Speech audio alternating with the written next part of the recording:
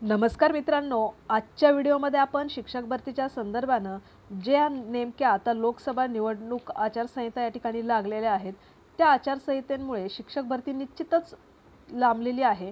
यामध्ये नवीन काही नाही, परंतु आता काही गोष्टी ज्या नव्याने समोर येत आहेत त्यानुसार शिक्षक पदभरतीतील पदे आणि जे आयोगाकडे परवानगी मागितली होती परंतु अजूनही परवानगी मिळालेली नाही, म्हणजे या ठिकाणी रिक्त जागा असतील, आयोगाची परवानगी असेल किंवा लोकसभेच्या ज्या निवडणुकाची आचारसंहिता चालू आहे त्याचा परिणाम एकूणच शिक्षक पदभरतीवरती होत आहे. आणि त्यातच आता टेट आणि टी या संदर्भात एक नोटिफिकेशन आलेलं आहे. ते नोटिफिकेशन न्यूजपेपरला आलेलं आहे आणि ह्या गोष्टीचा परिणाम तसेच नेमकी आता स्पर्धा ही नेमकी वाढलेली आहे की कमी झालेली आहे ते आजच्या व्हिडिओमध्ये आपण पाहूया. यामध्ये बघा, टीईटीला आचारसंहितेचा अडथळा. आता टीईटी घेणार आहे हे ऑलरेडी डिक्लेअर झालं होतं. ऑनलाईन पद्धतीने टीईटी घेण्याचं योजना या ठिकाणी आयोजित केलेली होती, परंतु नंतर आचारसंहिता आली आणि यामध्ये कितीही नाही म्हटलं तरी अडथळा मात्र निर्माण झालेला आहे. आणि आता जी परीक्षा आहे ती जुलै ते ऑगस्टमध्ये होणार असं या ठिकाणी सांगितलेलं आहे. आणि खाली बघा जे लिहिलेलं आहे, राज्य परीक्षा परिषद म्हणजेच MSCE, महाराष्ट्र राज्य परीक्षा परिषद. महाराष्ट्र राज्य परीक्षा परिषदेकडून यंदा टीईटी परीक्षा ऑनलाईन घेण्याचे नियोजन होते, परंतु तांत्रिक कारणास्तव ते शक्य झालं नव्हतं आणि त्यानंतर परीक्षा ऑफलाईन घेण्याची राज्य सरकारने परवानगी दिली, म्हणजे ऑफलाईन पद्धतीने घेण्यासाठी परवानगी मिळाली, परंतु त्यातच आचारसंहिता लागल्यामुळे या ठिकाणी ही भरती ही एक्झाम देखील रखडलेली आहे. आचारसंहिता संपल्यानंतर आता प्रक्रिया राबवणार आहे, त्यामुळे यंदाची टीईटी परीक्षा जुलै किंवा ऑगस्ट महिन्यात पार पडण्याची शक्यता या ठिकाणी आहे. आता आचारसंहिता संपल्यावरती म्हणजे या ठिकाणी काय लक्षात घ्यायचं की जी या ठिकाणी जो निकाल आहे तो निकाल किती तारखेला लागणार आहे, तर 5 तारखेला निकाल लागणार आहे, 5 जूनला.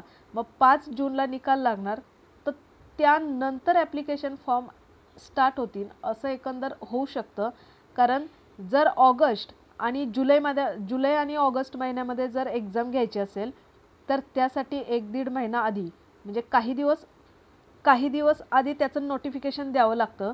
आता नोटिफिकेशन द्यायचं म्हणजे जेव्हा एक्झाम घ्यायची आहे त्या एक्झामच्या काही दिवस आधी नोटिफिकेशन देऊन विद्यार्थ्यांना ॲप्लिकेशन फॉर्म भरण्यासाठी 25, 30, 15, 20 असे काही मोजके दिवस तरी देणं भाग पडतं. मग ते दिवस दिल्याच्या नंतर पुन्हा त्यांना पेमेंट करण्याची प्रोसिजर असते आणि ही प्रोसिजर कंप्लीट झाल्याच्या नंतर MSCEला त्या ठिकाणी सेंटर निश्चित करण्यासाठी काही दिवसांची गरज लागते. म्हणजेच जर जुलैमध्ये एक्झाम घ्यायची असेल तर त्या ठिकाणी मे महिन्यामध्ये याचं ॲप्लिकेशन फॉर्म स्टार्ट होणं गरजेचं आहे. म्हणजेच मेच्या स्टार्टिंगला किंवा एप्रिल एंडिंगला याचं नोटिफिकेशन येणं अपेक्षित आहे, जर खरंच जून महिन्यामध्ये एक्झाम होणार असेल तर.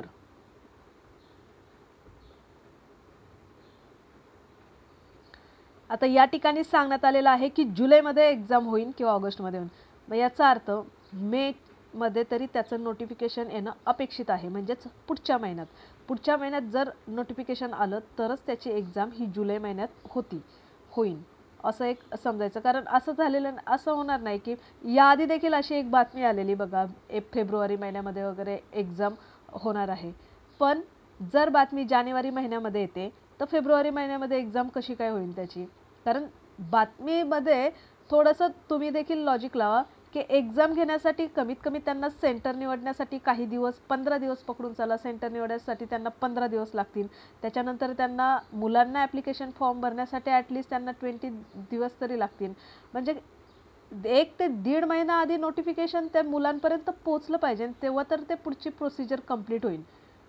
म्हणजे 1.5 महिना आधी, 2 महिना आधी याचं नोटिफिकेशन येणं अपेक्षित असतं.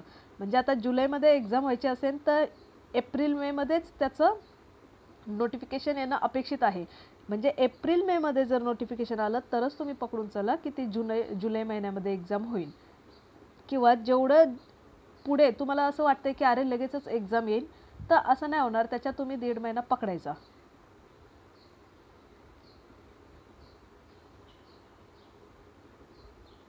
यानंतर खाली जी इन्फॉर्मेशन दिलेली आहे ती टी टी किंवा त्याचे गैरप्रकार वगैरे बाकीच्या गोष्टी यामध्ये दिलेल्या आहेत. आता यामध्ये अजून एक प्रश्न निर्माण झाला आहे की आता ही जी लोकसभेची जी निवडणूक आहे ह्याची जी आचारसंहिता आहे याचा थेट परिणाम हा टेटवरती पण झालेला आहे, टी टीवर पण झालेला आहे. ज्या काही पदभरती आहेत, कॉम्पिटेटिव्ह एक्झाम आहेत, मग त्या सरळ सेवेच्या असतील किंवा शिक्षक भरती सोडून इतर जरी असतील तरी त्याचा परिणाम सगळ्याच गोष्टींवरती एकंदर झालेला आहे. मग ह्या लोकसभेच्या निवडणुकीचं जी काही त्यांची निकाल आहे तो जून 5 तारखेच्या आसपास तर लागेल. मग याचा अर्थ 5 तारखेच्या नंतर बाकीच्या ज्या काही ॲडव्हर्टाईज असतील त्या येण्याची शक्यता जास्त आहे.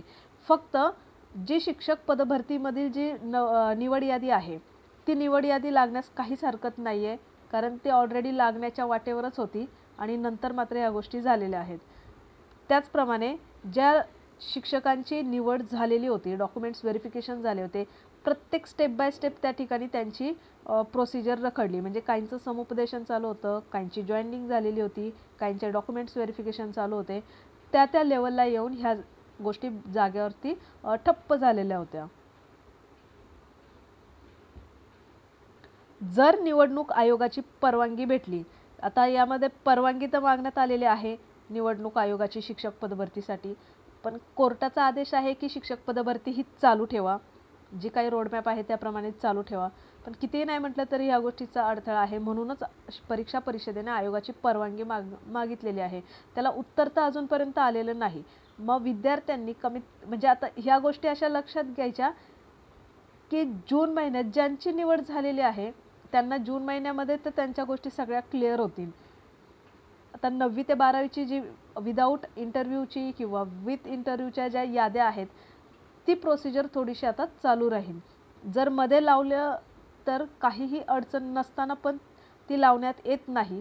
लावली तर वेल अँड गुड आहे, परंतु नाही लावली तर ह्या सगळ्या गोष्टी थोड्याशा म्हणजे 1 महिना यात विलंब होण्याची शक्यता आहे.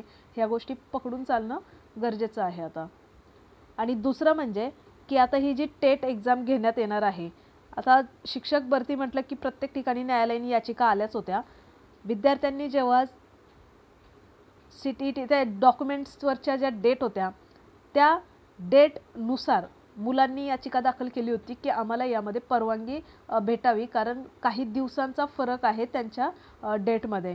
परंतु तेव्हा एका याचिकेमध्ये न्यायालयाने देखील सांगितलं होतं, परीक्षा परिषदेने सांगितलं होतं की दरवर्षी टेट ही एक्झाम घेतली जाईल, त्यामुळे विद्यार्थ्यांना त्या ठिकाणी संधी नक्की भेटेल. परंतु दरवर्षी असं झालेलं नाही, अजूनपर्यंत झालेलं नाही. 2दाच फक्त टेट एक्झाम झाली आणि जी टेट झाली होती ती होऊन सुद्धा, दुसरी टेट होऊन सुद्धा 1 वर्ष उलटून गेलेलं आहे. म्हणजे एव्हाना 3री टेट होणं अपेक्षित होतं, परंतु ती झालेली नाही. आणि म्हणूनच टेटचं नियोजन देखील चालू आहे आणि TETचं नियोजन देखील चालू आहे. परंतु काही झालं तरी टेटची एक्झाम ही आधी होणार नाही, कारण आधी ही TETची एक्झाम होणं गरजेचं असतं याच्यामध्ये. कारण जर आधी टेट घेतली, कारण टेटला बसण्यासाठी TET क्वालिफाईड असावं लागतं आणि TETमधनं विद्यार्थी टेटच्या एक्झामला बसतात. म्हणजेच TET असेल तर तुम्ही टेट देऊ शकता 9वीच्या पुढचे वर्ग सोडून. 1ली ते 8वीसाठी TET किंवा CTET कंपल्सरी आहे. मग पहिली पात्रता परीक्षा होते आणि नंतर कॉम्पिटेटिव्ह एक्झाम होते. म्हणजेच पहिली TET ही पात्रता परीक्षा घेतली जाईल आणि नंतर टेटचं नियोजन होईल.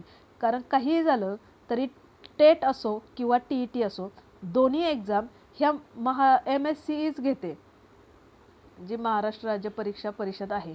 ह्या दोन्ही एक्झाम हीच MSCE घेते आणि ते आपल्याला एकतर ऑफलाईन पद्धतीने असेल किंवा ऑनलाईन पद्धतीने असेल. एक तर आता सांगितलेलं आहे TET ही ऑफलाईन पद्धतीने होईल, पण इतका विलंब तर झालेलाच आहे. ऑनलाईन पद्धतीने घेण्याचं नियोजन होतं, पण इतका विलंब झालेलाच आहे, ऑलरेडी भरपूर उशीर झाला आहे. तर पुढे जाऊन कदाचित पुन्हा ऑनलाईन सांगू शकतात. त्यामुळे एक तर ऑनलाईन पण असू शकते किंवा ऑफलाईन पण असू शकते. ऑनलाईन असेल तर त्यामध्ये TCS किंवा IBPS आणि ऑफलाईन असेल तर संपूर्ण महाराष्ट्रात एकाच दिवशी ती एक्झाम होणार. आणि जर एकाच दिवशी असेल तर संडे हा कन्सिडर केला जातो.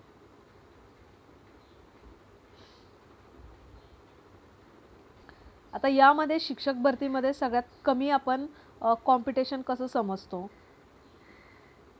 जे काही आपले टोटल स्टुडंट आहे, म्हणजे आपले सगळे शिक्षक यामध्ये पकडायचेच नाही, ज्यांनी टेट एक्झाम दिलेली आणि सेल्फ सर्टिफाईड लास्टची प्रोसिजरपर्यंत पोचलेत, असे फक्त 1,65,000 विद्यार्थी यामध्ये पकडायचे. हे जे 1,65,000 विद्यार्थी आहेत तेच ह्या कॉम्पिटिशनमध्ये असणार. बाकीच्या विद्यार्थ्यांचा विषय येत नाही. परंतु यामधील देखील कितीतरी विद्यार्थी असे असतील की ज्यांनी चुकीची माहिती भरलेली आहे. जसं आपण गेल्या व्हिडिओमध्ये बघितलं, त्यांची शेवटची नियुक्ती झालेली ती पण रद्द करण्यात आलेली होती. मग असे सुद्धा कितीतरी विद्यार्थी असू शकतात ज्यांचे डॉक्युमेंट्स व्हेरिफिकेशनमध्ये हे विद्यार्थी बसत नाहीत. आता डॉक्युमेंट्स व्हेरिफिकेशनमध्ये न बसणारे विद्यार्थीच ह्या 1,65,000 विद्यार्थ्यांमधले असणार. म्हणजे या ठिकाणी अजून कॉम्पिटिशनची संख्या कमी होणार. पुन्हा जे विद्यार्थी TET किंवा CTET नाही, परंतु फॉर्मॅलिटी म्हणून पुन्हा फॉर्म भरत पुढे सबमिट करत गेलेले आहे, असे देखील विद्यार्थी या 1,65,000 विद्यार्थ्यांमधनं पुन्हा कमी होतात. म्हणजे कॉम्पिटिशनची जे स्टुडंट आहे, टोटल संख्या आहे, त्यामधनं ही जी टोटल संख्या आहे त्यामधनं कॉम्पिटिटर्स हे कमी होत असतात आणि म्हणून स्पर्धा या ठिकाणी कमी आहे. कारण किती नाही म्हटलं तरी 30,000 जागा या ठिकाणी जरी भरल्या असेल किंवा भरल्या जाणार असतील, तरी या ठिकाणी फार तर 10 विद्यार्थीसुद्धा कॉम्पिटिशनमध्ये नसणार आहेत. जर इतर पदभरतीचा विचार केला तर बघा, एका जागेसाठी 100 अर्ज त्या ठिकाणी येतात किंवा 100 कॉम्पिटिटर्स असतात. एका जागेचा विचार केला तर आता एका जागेसाठी तुम्हाला 100 आपले प्रतिस्पर्धी त्या ठिकाणी असतात. पण शिक्षक भरतीमध्ये एका जागेसाठी फक्त 10 प्रतिस्पर्धी या ठिकाणी आहेत, जे की विथ इंटरव्ह्यूसाठी एकाच 10 उमेदवारच या ठिकाणी निवडले जातात. म्हणजे एकाच 10 उमेदवार मुलाखतीसाठी पाठवले जाणार आहेत. आणि जर तुम्ही एकूण विद्यार्थ्यांच्या संख्येने डिवाइड केलं तर एकाच 10 उमेदवारसुद्धा या ठिकाणी येत नाहीत. म्हणजे इतकं कमी कॉम्पिटिशन आहे. म्हणून पॉझिटिव्ह राहा, पॉझिटिव्ह दृष्टिकोन ठेवा. यामध्ये फक्त आता सध्याच्या या दिवसांमध्ये झालेलं असं आहे की खूप उशीर होत आहे आणि आचारसंहितामध्ये आल्यामुळे किंवा बऱ्याच गोष्टी पण यामध्ये आहेत, कितीतरी केसेस शिक्षक भरतीवरती आहेत. ह्या सगळ्या गोष्टींचा परिणाम शिक्षक भरती पुढे ढकलणे ह्या गोष्टी झालेल्या आहेत आणि हे सत्य आहे. आता जे सत्य आहे ते तर कोणी बदलू शकत नाही, परंतु येणाऱ्या दिवसांमध्ये किंवा पुढील गोष्टींमध्ये स्वतःला पॉझिटिव्ह ठेवायचं आहे. कारण होप्स ठेवायचे आहेत प्रत्येकाला या ठिकाणी आणि कॉम्पिटिशन कमी आहे म्हणून होप्स ठेवायचे.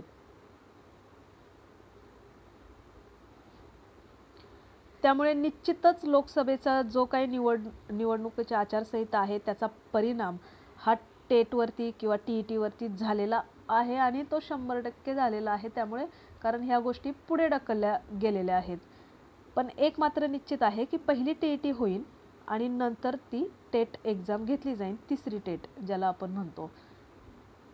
कारण TET ही पात्रता परीक्षा आहे आणि टेट ही कॉम्पिटेटिव्ह एक्झाम म्हणू शकता तुम्ही त्याला. आणि ज्यांनी तुम्हाला मग अशी सांगितलं की 1,65,000 विद्यार्थ्यांमधनं जे डॉक्युमेंट्स व्हेरिफिकेशनमध्ये बाद होतील किंवा त्यांच्या डॉक्युमेंट्स हे त्यांचे पात्रता पूर्ण करणारे नसतील किंवा चुकीच्या गोष्टी त्यामध्ये सांगण्यात आलेल्या असतील तर ते अपात्र ठरतात. म्हणजेच अपात्र जागा ह्या जास्त रिक्त राहणार. आता का तर विद्यार्थ्यांनी जी चुकीची माहिती भरली त्यामुळे मग ह्या जागा वाढणार. आता 2017ला सुद्धा अशा अपात्रच्या जागा रिक्त राहिल्या, पण ह्या रिक्त राहिलेल्या जागांना किती विलंब होत असतो. म्हणूनच जेव्हा नोटिफिकेशन आलं, जेव्हा सेल्फ सर्टिफाईड करायचं होतं, जेव्हा इन्फॉर्मेशन भरायची होती, तर प्रत्येकाला सगळ्यांनीच ओरडून सांगितलं होतं अक्षरशः की चुकीची माहिती भरू नका. कारण चुकीची माहिती भरली तर तुम्ही प्रोसिजरमध्ये पुढे जाल, पण जे खरंच पात्र आहेत त्यांची एक जागा या ठिकाणी कमी होते. कारण शेवटी मेरिट वेटिंग लिस्ट न लागल्यामुळे त्या जागा रिक्त राहतात.